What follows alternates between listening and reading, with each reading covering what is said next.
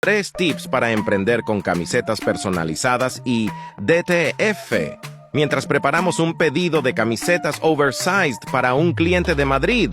Así es que quédate hasta el final del video. Pero antes no olvides guardar este video, seguramente te servirá después. Tip 1. Elige tu nicho. ¿Qué tipo de diseños te apasionan? ¿A qué público quieres llegar? Enfócate en un nicho específico para destacar en el mercado. Tip 2. Diseña con impacto. Crea diseños llamativos y originales que atrapen la atención de tus clientes. Utiliza colores vibrantes, tipografías únicas y composiciones creativas. Tip 3. La calidad es clave. Invertí en materiales de buena calidad, tanto en las camisetas como en la impresión DTF.